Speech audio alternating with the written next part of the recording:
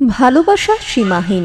যদি কাউকে মন থেকে ভালোবাসা যায়, তখন সেই ভালোবাসা কোনো বিধিনিষেধ, সীমানা কোনো কিছুই মানে না। ভালোবাসা প্রকাশের জন্য মানুষ অনেক ব্যাকুল হয়ে ওঠে, তবে ক্রোধও কিন্তু ভালোবাসারই পরিপূরক, যার কোনো সীমা নেই। ঠিক একইভাবে ক্রোধের প্রকাশের জন্য মানুষ উত্তেজিত হয়ে ওঠে, আর ক্রোধের সেই প্রকাশ অতীব ভয়ঙ্কর রূপ ধারণ করতে পারে। কিন্তু ভালোবাসার প্রকাশ, সে তো কোমল স্নিগ্ধ রূপ। তবে তার পরিণতি? আসুন আজকের গল্পের মাধ্যমে এর উত্তর খুঁজি।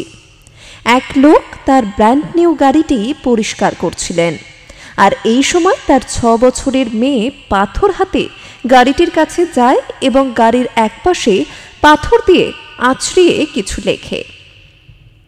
লোকটি যখন দেখতে পায় তার মেয়ে গাড়ির গায়ে আঁচড় কাটছে, তখন সে রেগে হিতাহিত জ্ঞানশূন্য হয়ে পড়ে এবং মেয়েটির হাতে আঘাত করে। পরে মেয়েকে হাসপাতালে নিয়ে যাওয়ার পর তিনি জানতে পারেন যে তার মেয়ের হাতে একাধিক ফ্র্যাকচার হয়েছে। হাসপাতালের বিছানায় শুয়ে মেয়েটি যখন প্রচণ্ড ব্যথায় তার বাবাকে জিজ্ঞাসা করে, বাবা, আমার হাত কবে ঠিক হবে? তখন লোকটি নির্বাক হয়ে পড়ে। সে তার গাড়িটির কাছে ফিরে যায় এবং রাগে গাড়িটিকে অসংখ্যবার লাথি মারে।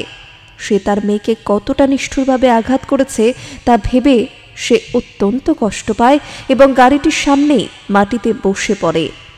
এ সময় তার চোখ যায় গাড়িটির সেই অংশে যেখানে তার মেয়ে পাথর দিয়ে আঁচড় কেটেছিল। সেখানে লেখা ছিল, বাবা, আমি তোমাকে অনেক ভালোবাসি। বোঝা গেল ক্রোধ এবং ভালোবাসার কোনো সীমা নেই, তবে ক্রোধের বহিঃপ্রকাশ খুবই ভয়ঙ্কর, যা সীমাহীন ভালোবাসাকেও আঘাত করতে দুবার ভাবে না। তাই সকলের কাছে অনুরোধ, রাগের মাথায় এমন কিছু করবেন না কখনো যা আপনার ভালোবাসার মানুষটিকে ধ্বংস করে দেয়। আজকের পডকাস্ট কেমন লাগলো অবশ্যই জানাবেন। আপনাদের কাছে এরকম অনুপ্রেরণামূলক কোনো গল্প থাকলে আমাদের সঙ্গে শেয়ার করবেন। আপনাদের গল্প সকলের কাছে পৌঁছে দেব আমরা আমাদের পডকাস্টের মাধ্যমে।